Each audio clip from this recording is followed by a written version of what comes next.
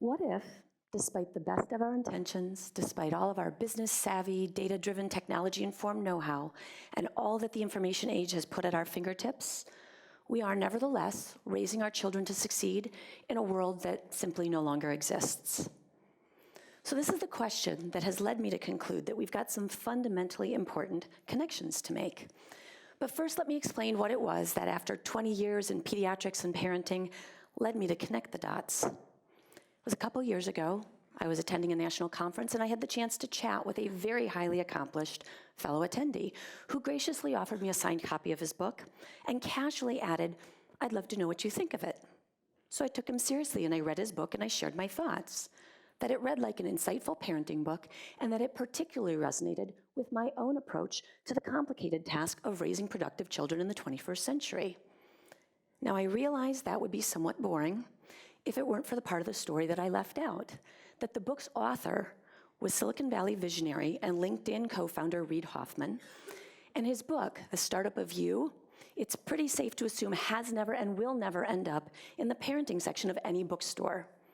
But the connection between his convictions and mine were striking, so much so that it's left me with this idea that perhaps what we need is more of a startup of your baby approach.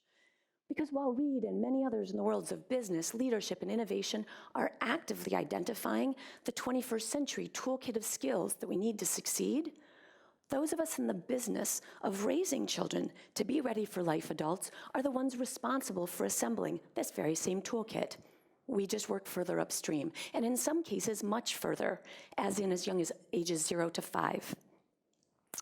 Now, for those of you unaccustomed to thinking of ready-for-life 18-year-olds as the most important product our economy produces, or for that matter, those responsible for raising them as part of a defined sector of the economy, the youth human capital sector in the United States, all told, has now been estimated to be as large as 10.5% of GDP. That would make it 25% larger than the financial sector. As for conception to age 5, at an estimated 3% of GDP, that makes it twice the size of the auto industry. And as any critical sector in our economy, the youth human capital sector must adapt our thinking from local and linear to global and exponential, from industrial age to information age. The question, of course, is how? And the answer, I believe, is in 5 strategic connections.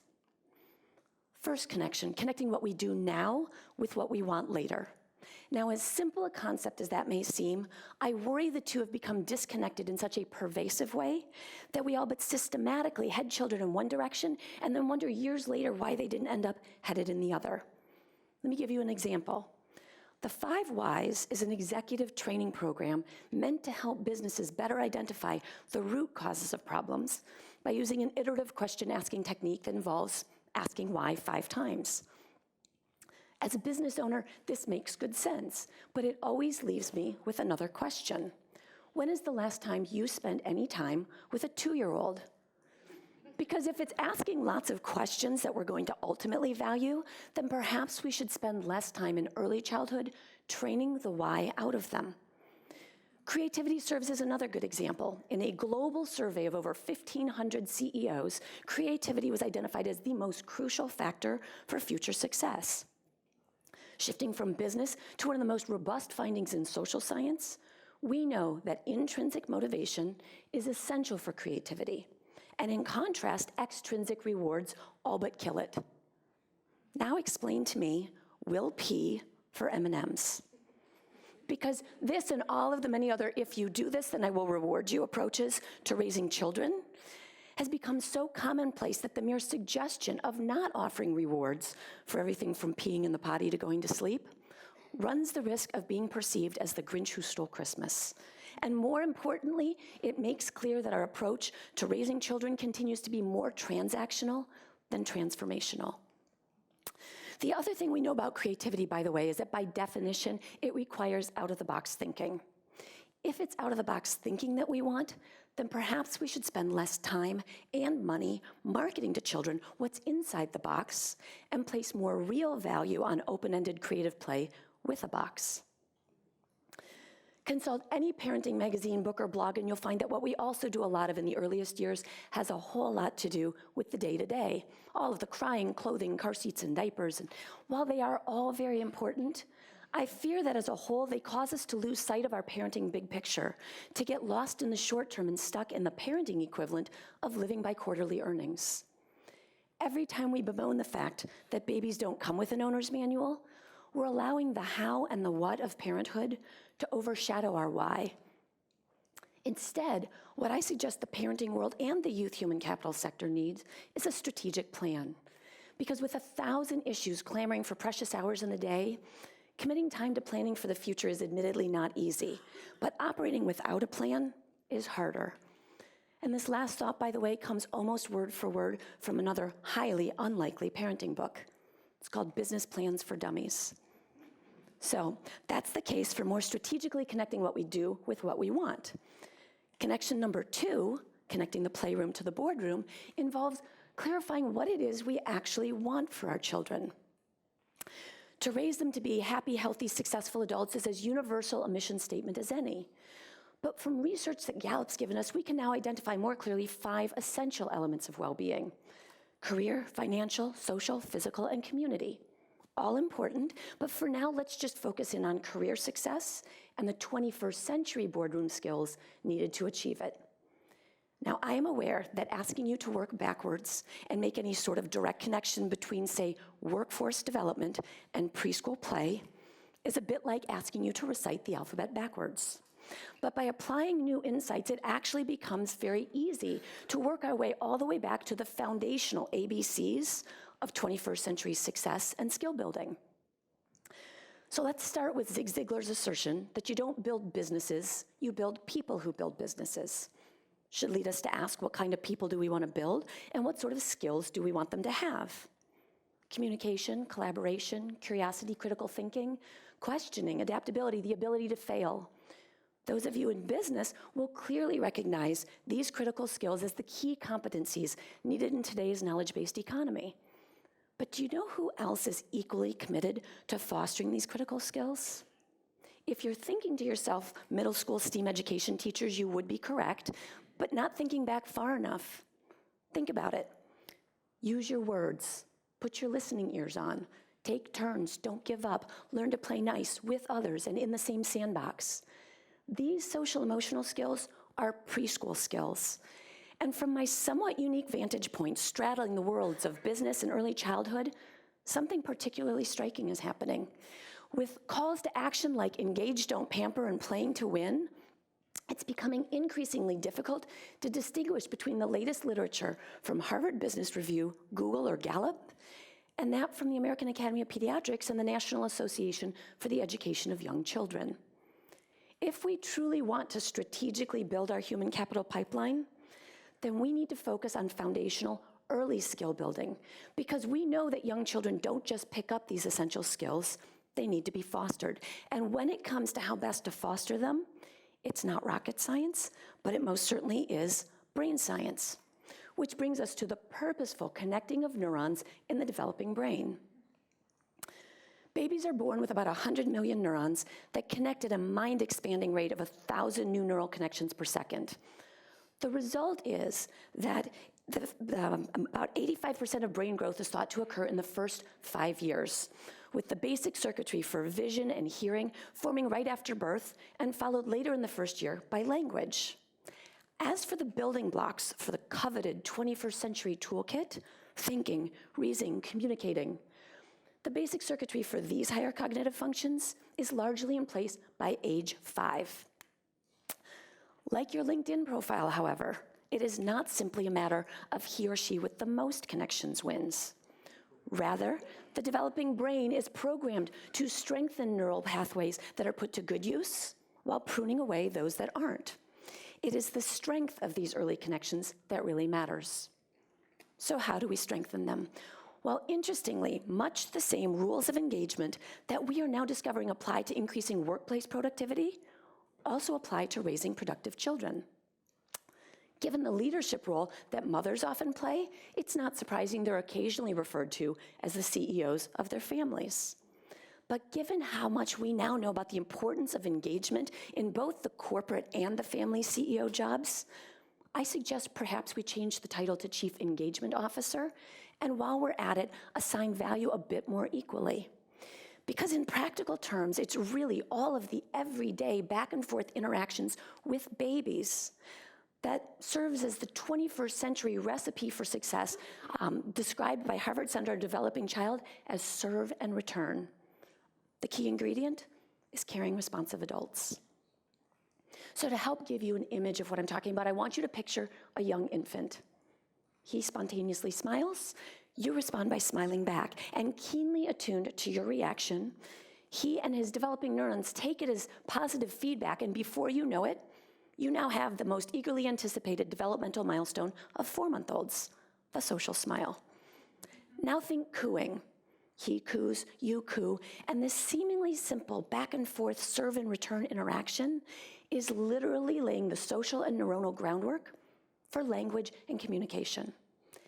If it's executive function and social emotional skills that we really want to cultivate, then perhaps we should focus more of our collective efforts and funding on supporting such strategic brain-building activities as talking, cooing, singing, and reading books to babies. Connection number 4, reconnecting health and learning. Former US Surgeon General Jocelyn Elders once said, "You cannot educate a child who is not healthy, and you cannot keep a child healthy who is not educated." As a practicing pediatrician, I was certainly accustomed to dealing with both important aspects of children's lives on a daily basis. But what may come as a bit of a surprise is that this really didn't change all that much when I left the clinical practice of pediatrics and opened a 200-student educational childcare center, where I continued to address everything from allergies, asthma, autism, and ADHD, right alongside classroom management and curriculum planning. Yet the most common question I'm asked these days is, do I miss being a pediatrician? And my answer is that while health and education, our systems, continue to operate almost completely as separate entities, I've come to realize that in the life of a child, this disconnect between health and learning is artificial, and it poses a real threat. Just as our world is shifting focus from illness to wellness and prevention, the root causes of disease are being traced back to the earliest years of life. And as we come to realize the importance of sleep and nutrition and exercise, we must also recognize that what happens in early childhood does not stay in early childhood, but rather it plays a significant role in determining children's future health and education life trajectories. In other words, their overall future well-being. Nobel Prize-winning economist James Heckman and colleagues recently assessed outcomes from a very well-known 1970s social experiment in which 100 disadvantaged North Carolina children were afforded the opportunity to attend high-quality preschool. So, after decades of data collection, as one might hope, the participants demonstrated improved educational outcomes. But what was unexpected and previously unassessed, however, was that they also demonstrated significant long-term health benefits in such critical areas as diabetes, heart disease, hypertension, and obesity. When asked what about their preschool attendance resulted in such striking improvements in health, the economists concluded that they couldn't pinpoint one factor, but rather, in fact, what we need to do is rethink our approach to early childhood altogether, to cross health and education silos and actively work to integrate critical aspects of early learning with health and nutrition. So, if it's lifelong health and learning that we want to promote, perhaps we should consider prescribing high-quality preschool, especially for those children whose life trajectories are most at risk. And connection number 5, connecting to the world our children will live in. As leaders and chief engagement officers dedicated to setting our children on a path for success, we must do a better job of connecting to the world our children will live in, a globally connected world that in many ways is unrecognizable from the world that we grew up in. I would like to think you don't need a pediatrician to point out that technology is going to play a dominant role.